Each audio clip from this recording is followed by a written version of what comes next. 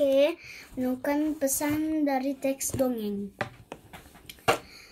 Dongeng merupakan cerita yang tidak benar-benar terjadi. Dongeng biasanya berisi pesan yang ingin disampaikan oleh pengarang kepada pembaca. Untuk menemukan pesan tersebut,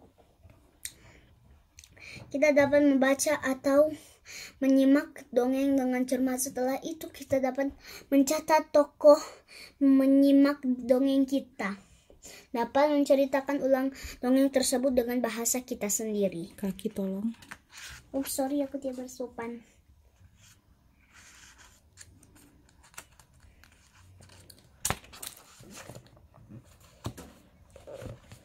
Zzz. Ayo berlatih, bacalah dongeng berikut. Setelah itu kerjakan soal-soalnya bersama teman sebelahmu, Mama. Baca aja. Ada Lulu, Dava dan Lulu. Lulu dan Kusi itu Mana? Lili, Lulu, Kusi. Oh iya. Yang kalau ada Dava dan Bona atau Made boleh. Nah, itu kan ruang guru, ini Bu Pena, beda dong. Ya sudah. Di sebuah kebun tinggallah kakak beradik kelinci. Mereka bernama Lulu dan Lili. Pada suatu hari datanglah sekelompok tikus tanah ke kebun. Mereka membuat lubang-lubang di mana-mana. Lulu, lihatlah Li, kebun menjadi penuh lubang sejak para tikus datang. Mereka juga merusak tanaman saat membuat lubang. Lili, iya kak. Lalu begini banyak tanaman yang akan mati. Lulu, sebaiknya aku bicara pada mereka. Lili, betul kak. Kakak harus menegur mereka. Lulu segera menemui pimpinan tikus yang bernama Kusi. Kusi menerima kedatangannya dengan senang hati. Lulu, maaf Kusi, sejak kelompokmu membuat lubang kebun ini menjadi rusak. Sebaiknya penghuni kebun kita semua harus menjaga kebun. Kusi, maaf Lulu, kami tidak bermaksud merusak kebun. Kami hanya ingin berlindung dari hujan. Lulu, sebaiknya kamu memberitahu teman-temanmu agar lebih berhati-hati saat membuat lubang. Kusi, baik Lulu, aku akan mengingatkan teman-temanku. Lulu, nanti akan kubantu mencari tempat berlindung agar kalian tidak merusak kebun. Kusi, terima kasih Lulu. 1. Apa pesannya dalam dongeng tersebut? Tuliskan menggunakan kosakata yang baku dan kalimat yang efektif. Nah, so belajar toh di ruang guru kalimat efektif. Mau kira so belajar so selesai. Oh iya, subjek, predikat, objek, keterangan. Toh, itu efektif. Tapi aku tidak tahu. Ya udah, mari kita mulai menulis kalimat efektif. Aku tahu dia punya cara. Ini hari apa? Minggu. Tanggal 7. 6 Agustus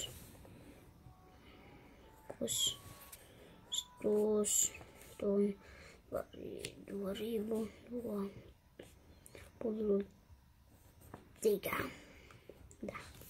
Oke. Ini pelajaran apa ya? Bahasa Indonesia.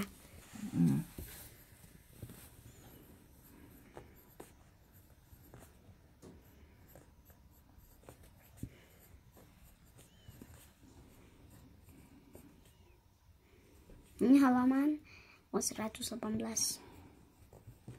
Nah, nomor berapa dia minta? 2. Oh, 1. Sebegini kok sudah kalian. Kusi berterima kasih kepada Lulu.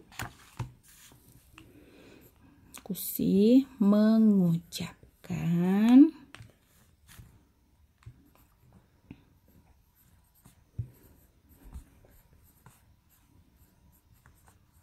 terima kasih kepada. Ini usah terlalu panjang. Kan mesti lengkap subjek, predikat, objek, keterangan. Keterangannya kepada siapa? Tunggu.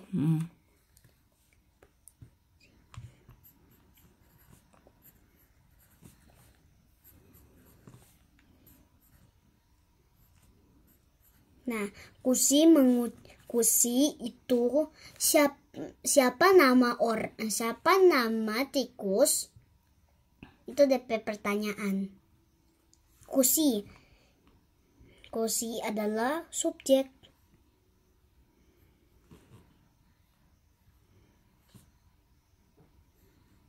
Mengucapkan terima kasih itu predikat.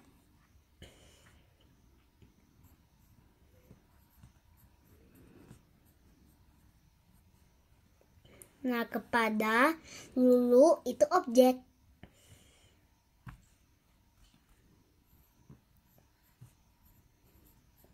So jago.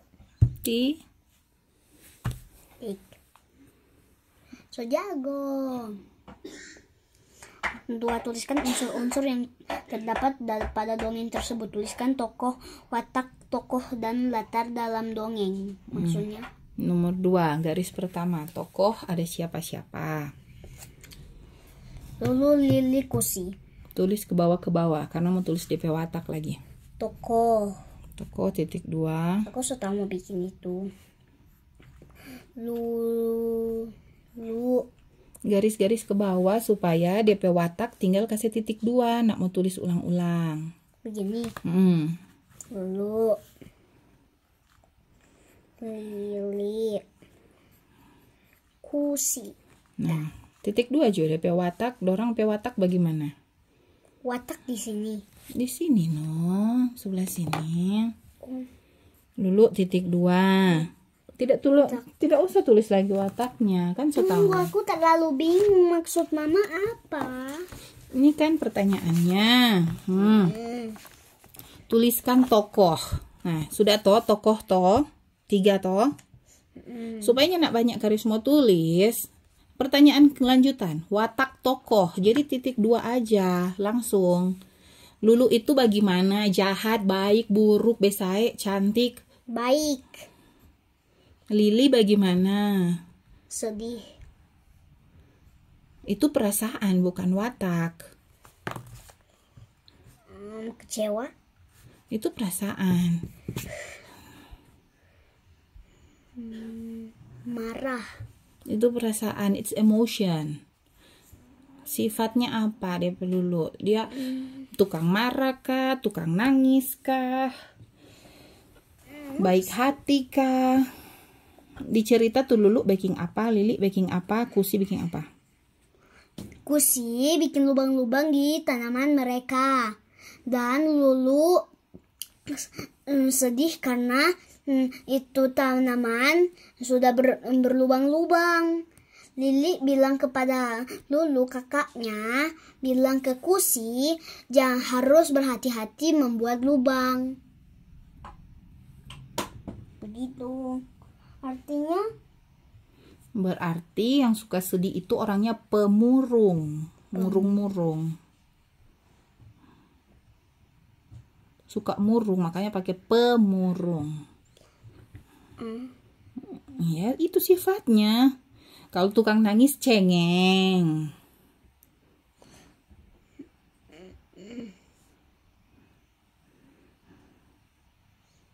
Apa ya maksudnya? Mama sudah bilang jawabannya. Wataknya dia pemurung karena dia sedih tapi tidak nangis kan? Pemurung artinya suka murung. Murung itu bersedih. Bahasa Indonesia tidak ada yang DP kata pesedih, tidak ada, makanya diganti dengan pemurung. Sudah ngerti? Ya. Hapus jelek. Itu begitu. Nggak usah kok mau protes. Kalau Kusi dia boh. Dia bikin lubang ya nak jabah. Perhatikan. Nah, di bawah abis tokoh ini garis, di sini garis latar.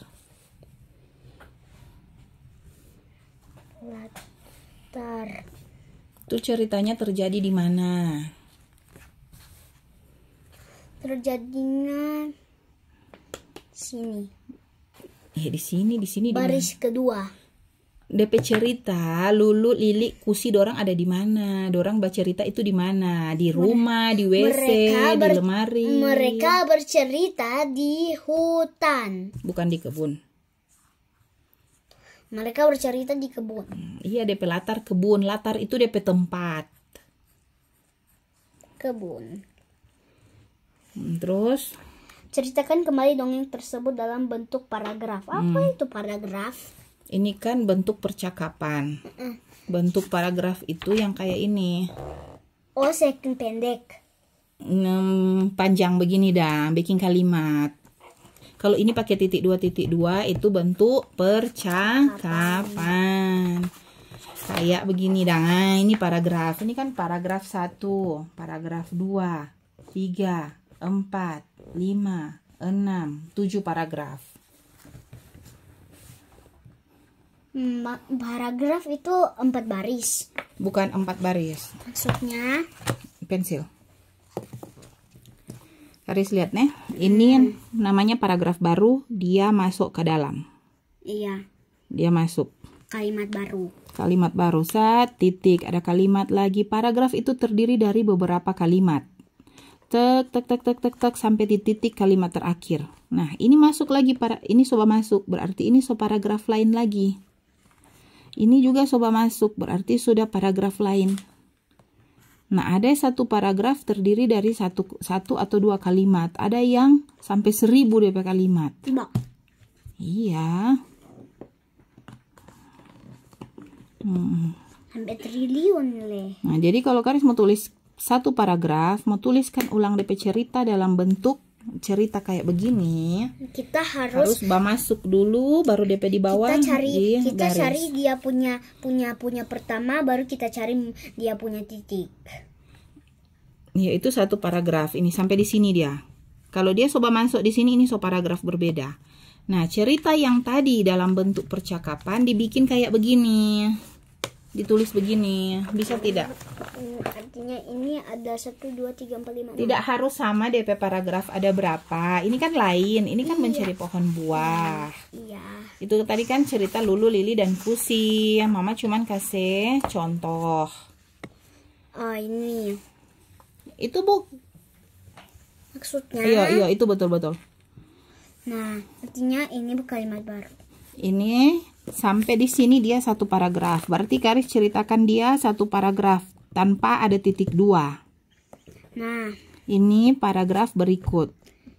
Iya. 2 paragraf. Iya. Sudah? Iya. Aku mau taruh dulu paragrafnya. Dah. Tulis sudah nih buku tulis nomor 3 kan disuruh ceritakan kembali.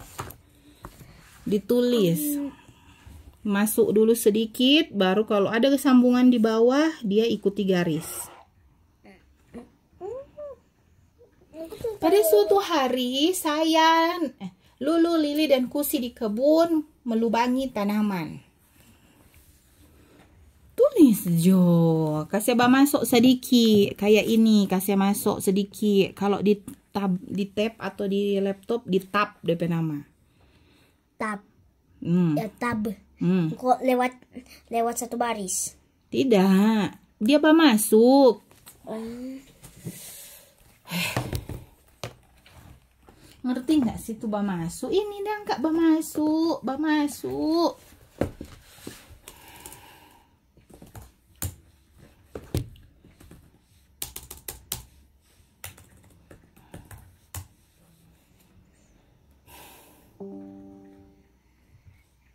Itu karena kakak sudah pernah mengetik toh, Sonin tahu lagi.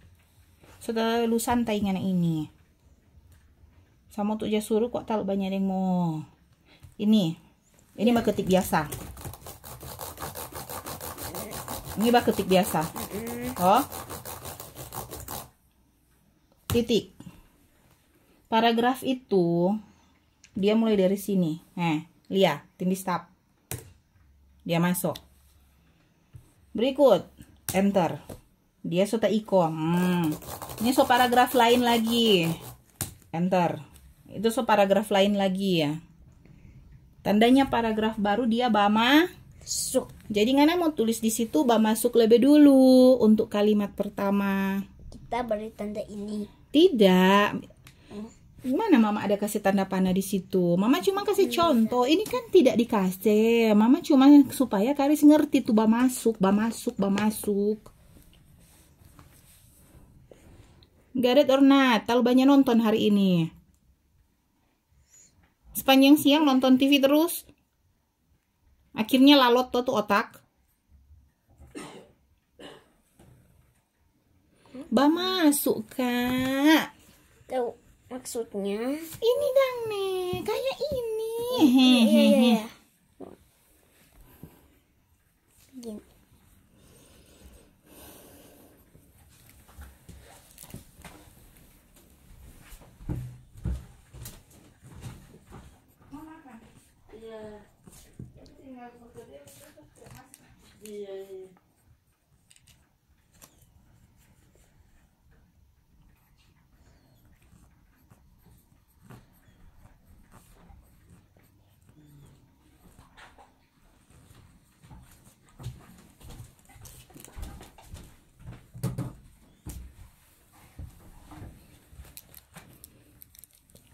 Baris kedua dari sini.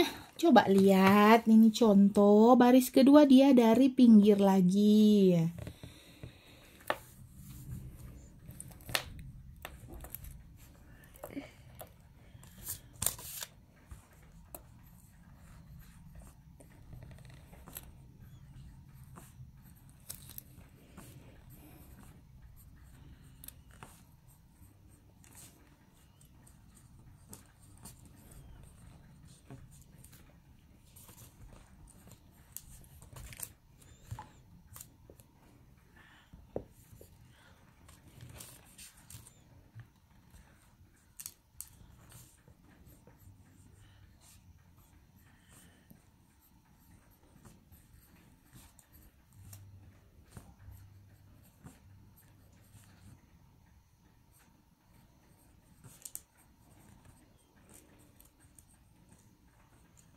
Begitu.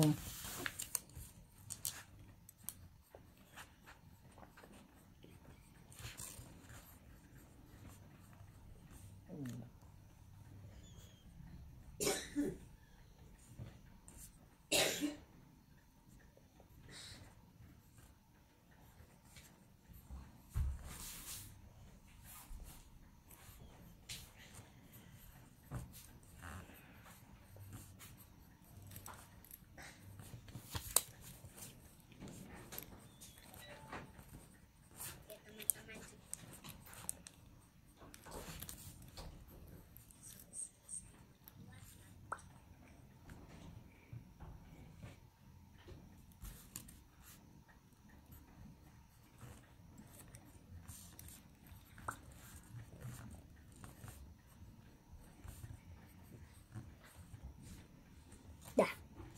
Coba baca. Lulu dan Lili ada masalah. Ternyata ada lubang di tanaman.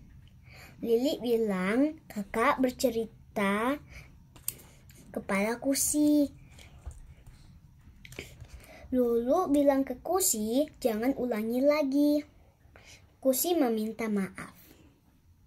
Awal kalimat setelah titik huruf K-A-P-I-T-A-L kapital.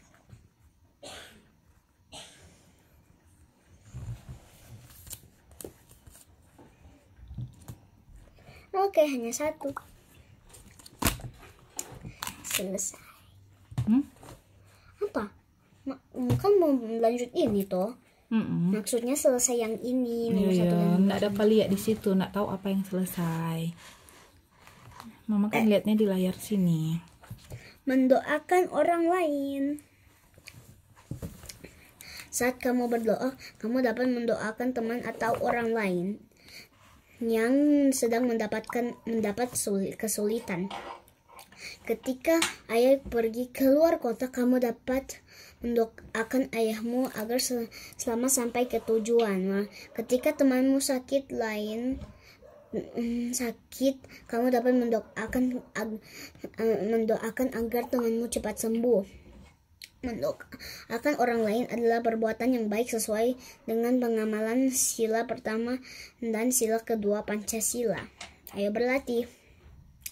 Kerjakan soal-soal berikut. 1. Bacalah cerita berikut dengan saksama. Setelah itu kerjakan soal-soal yang diberikan. Mendoakan kakak.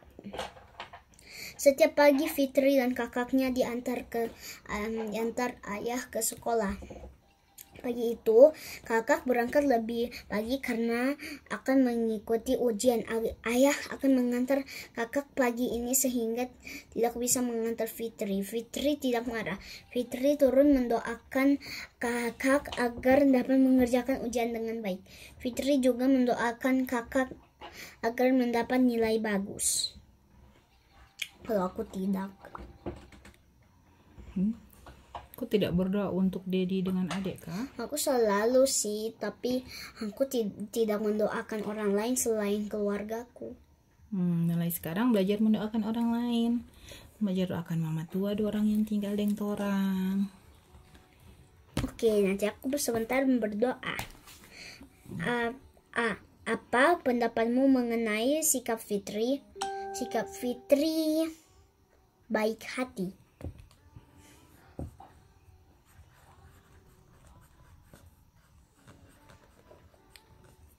B. Apakah Fitri sudah mengamalkan sila-sila Pancasila? Jelaskan. Dia sudah ini mematuhi sila pertama dan sila kedua. Sila pertama dan sila kedua Pancasila. C. Kenapa tidak tulis? Dia bilang JELASKAN. Terus kalau mau dikumpul bukumu, apa yang mau diperiksa? Jelaskan. Ya, sorry. Jangan. Kan ada 2. Mau selalu bilang kok pertanyaannya ada 2. Apa dulu? Apa dulu datanya? Apakah? Jadi jawabannya pertanyaan pertama dulu. Apakah tidak titik? Apakah Fitri sudah mengamalkan sila-sila Pancasila? Sudah. Titik. Baru jelaskan.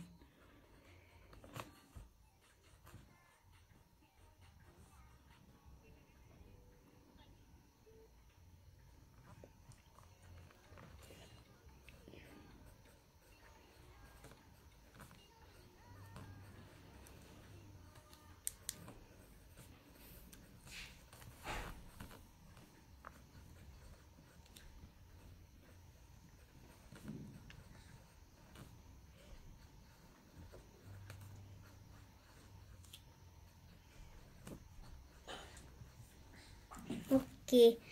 Apa yang akan kamu lakukan jika kamu menjadi Fitri? Mendoakan kakak. Tulis di bawah C titik. Di bawah sana. Nak mau dapat baca di situ sayang. Ibu gurumu sudah sangat tua, mau pensiun. Dia nak mau dapat baca tulisan kalau baku susun kon kecil sekali. Padahal ini buat ini. Tulis tuh keterangan C titik atau di sini nomor 1 C. Sini 1 C, kong ke sana di jawaban. Oke, C.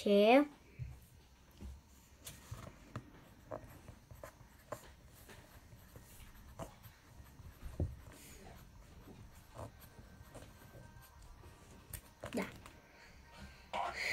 2. Apa manfaat berbuat baik kepada orang lain?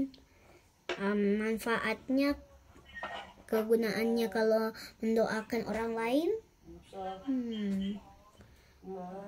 sudah mematuhi aturan sila pertama dan sila kedua Pancasila. Itu salah atau hampir tepat? Gunanya mau mendoakan orang lain supaya orang lain juga diberkati. Supaya orang lain juga diberkati. Dan orang lain akan doakan kita juga. Tanpa orang tahu ada orang-orang yang berdoa for orang. Dorang nak mesti bilang Karis kita ada berdoa for Nana, tidak. Orang jaga keep secret. Yes. Seperti keluarga kita always keep secret. Setiap keluarga punya rahasia sendiri. Dan setiap keluarga beda caranya. 3. Ceritakan pengalaman. Sudah dijawab. Di bawah dang, tulis nomor.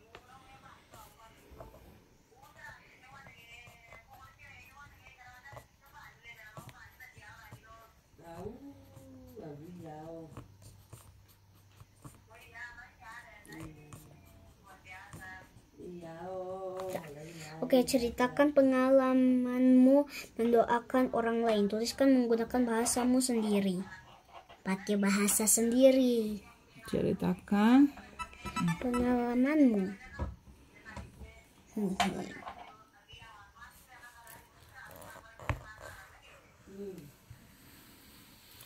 Ini batasnya. Nanti ayo.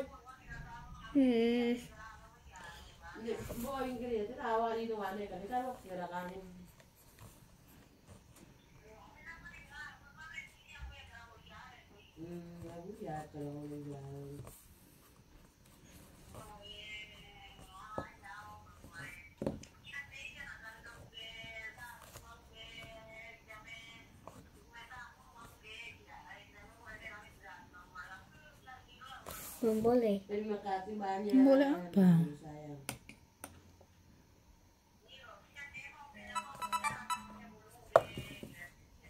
Wah, terima kasih banyak. Baru jam 8. Jam berapa naik das? Jam 7 pagi.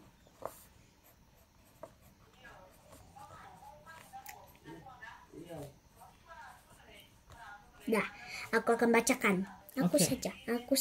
Iya. Aku malam ini berdoa untuk papa dan adik akan datang besok. Kalau Tuhan berkenan. Kalau Dedi dan Dede datang, artinya Tuhan yes. Jawaban doamu Terjawab. yes. Tapi kalau Ujang dan Dedi tidak bisa datang dan Dede, artinya Tuhan tidak menjawab doa kita. Bukan tidak menjawab, berarti Tuhan jawab dengan tunggu. Artinya Cari waktu yang tepat. tapi kalau dia bilang tunggu, artinya dia mau pikir hari apa Dedi dan Dede boleh ke Sinak. Dia lagi pikir. Waktu dan saat yang paling tepat Tuhan mau kasih. Yes, tuh. Oke. Hari ini sampai akan di sini.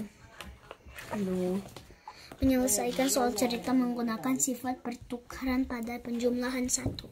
Sebelumnya kita sudah mempelajari bahwa sifat komunitatif atau pertukaran pada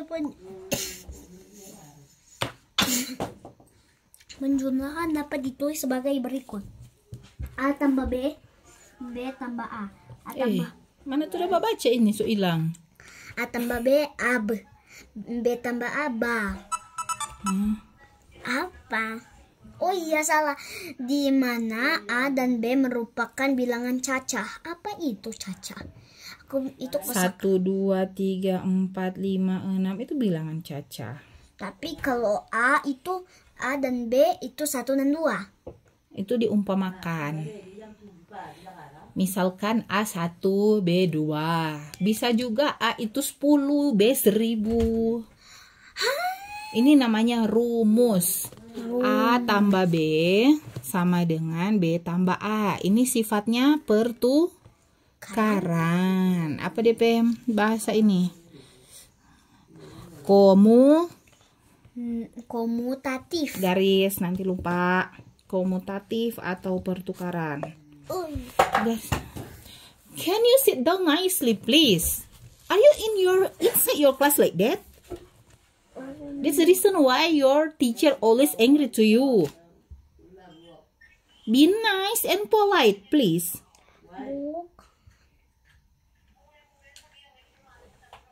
Persamaan tersebut menyatakan bahwa penjumlahan dua bilang caca akan sama walaupun kedua bilangan tersebut ditukar. Kamu dapat menyelesaikan masalah sifat pertukaran dalam bentuk soal cerita. Untuk dapat menyelesaikan soal cerita dengan baik, kita perlu membaca soal dengan cermat. Setelah itu kita dapat menuliskan kalimat yang sesuai. Ayo berlatih. Kerjakan soal-soal berikut. Di bus A sudah ada 13 siswa. Lalu naik lagi 15 siswa. DP total itu 28. Di situ bukan disuruh total, baca dulu. Kan aku harus hitung dulu dari main, dari otak. Tapi instruksinya itu nanti bukan untuk membaca sayang, bukan untuk menanyakan hasilnya. Ini orang lagi belajar pertukaran atau sifat komutatif. Terus. Di bus B sudah ada 15 siswa. Setelah itu beberapa siswa naik lagi ke bus B hingga jumlah siswa di bus B sama dengan jumlah siswa di bus A. Artinya oh aku tahu. 13 tambah 15 28. 15 ditambahi 13 baru 28. Begitu, harus tambah 13 siswa lagi di bus B baru boleh sama deh. Dia punya jumlah seperti di bus A. Tentukan banyak siswa naik lagi ke bus B. Gampang. 13. B. Tuliskan banyak siswa di bus A dan bus B. Sifat pertukaran pada penjumlahan. Boleh. Bus A. Sorry.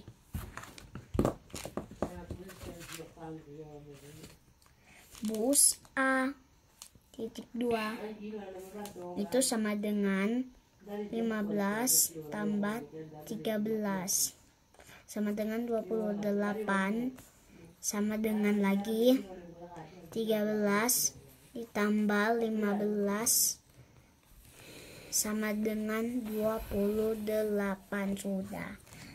Wait. Ikut kayak ini. Tidak diminta dia punya hasil. Dia diminta sesuai sifat pertukaran pada. Iya. Aku tahu. Kita yang enggak usah tulis hasilnya. Kita hanya tulis penjumlahannya. Kohong DP sama dengan di mana? Lihat, ini namanya rumus. A tambah B sama dengan B tambah A. Di sini A itu 15, B 13. A tambah B sama dengan B tambah A. Oke, Pak, ini 13 tambah 5. 11. Mana satunya? Nah, karena Mama nggak kebaca, so itu ditanya.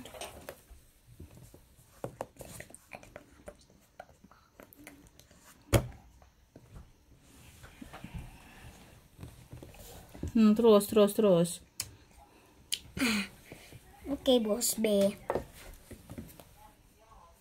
Bus B. Nggak usah tulis itu, lanjut aja nomor 2. Sudah begitu jawabannya. Benar. Tidak usah tulis tuh bus A, bus B. Cuma 15 tambah 13 sama dengan 13 tambah 15. Itu bus A, bus B tidak ditulis. Ikuti dia punya rumus. Oke. Ibu membeli 55 jeruk dan 70 salak. Oke, salak untuk acara arisan. Ibu menempatkan 55 jeruk ke wadah merah dan 70 salak ke wadah biru. Berapa jumlah jeruk dan salak di kedua wadah tersebut? Bikin DP kalimat di pinggir. Kalau dia tanya jumlah, berarti kasih baku jumlah. Oke. 70 ditambah 55 sama dengan, aku kasih itu 7 ditambahi 5. Penjumlahan dari mana dulu? Dari kanan ke kiri. Nah, 0 tambah 5 5. 7 tambah 5. Tulis dulu Kak. 0 tambah 5 5. Tulis dulu DP 5 supaya nggak lupa. Nah, 5. 7 tambah 5 7 8 9 10 11 12. 2 baru 1 125. 125. Hapus tuh udah cakar di bawah. Yang bikin Mbak bingung. Oke. Lanjut. Setelah itu ibu menukar buahnya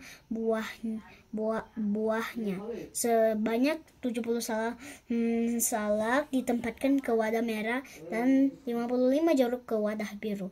Berapa jumlah jeruk dan salak di kedua wadah tersebut sekarang? Sama saja DP jumlah. 55 tambah 70 sama dengan 125. Biar suka si tukar.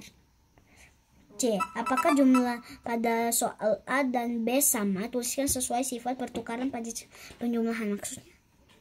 Ini dah. Oh iya. A tambah B, B tambah A. Berarti tulis 55 ditambah 55 ditambah 70 nusa. sama dengan ini dah. Ini DP pattern, DP rules. Sama dengan 70 ditambah 55. Oke, sudah. Yep, berdoa dulu.